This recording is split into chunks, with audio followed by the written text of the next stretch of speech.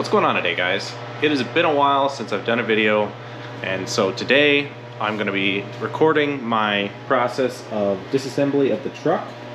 As you've probably seen in the past videos, I've been working on this Gen 3 Hemi.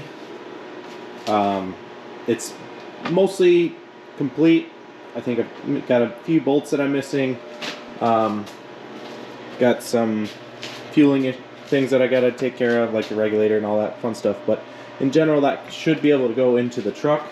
So today I'm going to be starting on the disassembly of the Dakota.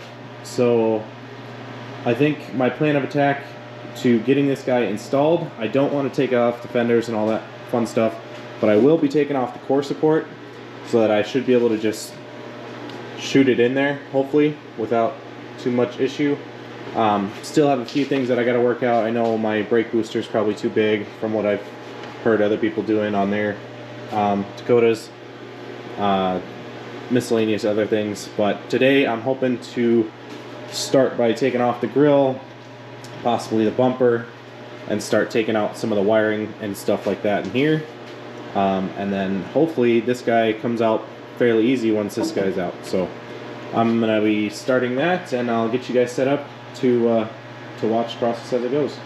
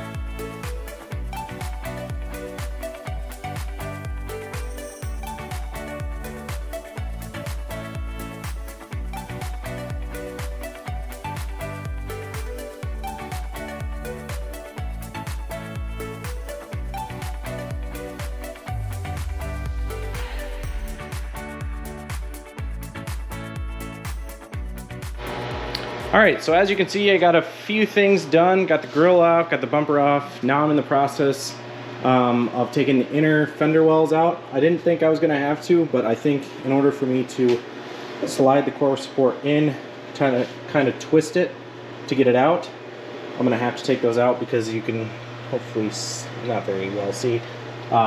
There's a flange on the top of the core support that the inner fender well actually sits on. Also, I'm hoping once the inner fender well's out, the fender will be a little more flexible so I can pull it out. The main reason I don't want to pull this guy out is just because all the door gaps and all the other gaps are set, and it took a while to get them pretty good. So I'd rather not take off the fenders, but I guess we'll see how things go. Yeah, so I'm going to continue to take out all the bolts on the inside of the inner fender wells. They're all on the inside. It's probably really hard to see, but they're up in here. There's probably 6 or so, and then there's 2 in here that are from underneath. Anyways, yeah, so I'm gonna take all that out, and then hopefully the core support will come out. Before I do that, I gotta take the hood off. I'm hoping my younger brother will be here to help me with that, just because I can't manage this myself without doing damage to the truck. And once I get that out, the hood off, Then I can start taking out all the wiring, start undoing the motor mount bolts, and hopefully yank this guy out.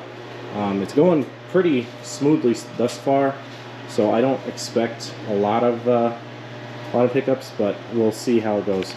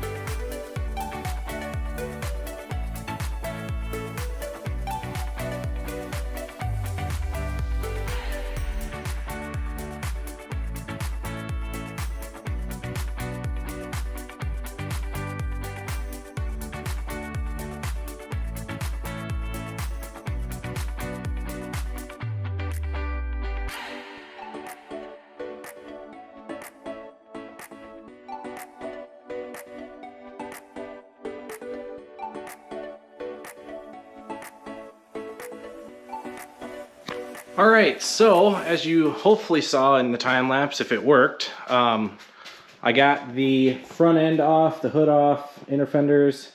The core support was not as easy as I thought it was going to be. Quite a bit of finagling, quite a bit of bending this guy out. Hopefully that didn't damage anything. But anyways, everything, as you can see, is taken apart. Should make this super easy to pull out. And super easy to plop the new Hemi in. I think I'm going to end it here today, just because I'm kind of tired after all that. But you will be seeing videos soon of us pulling this motor out with the trans, and then start the install of the Hemi. I'm hoping it'll be pretty straightforward. I've got all the mounts, all the long tube headers. Got the TKX transmission over here, so hopefully it'll go well. That wiring that I took out is a lot more of a rat's nest than I remembered it being, so I'm going to be redoing all that. But now I'm just blabbering, so I think I'm going to end it here. If you liked the video, please like the video and consider subscribing. See you next time.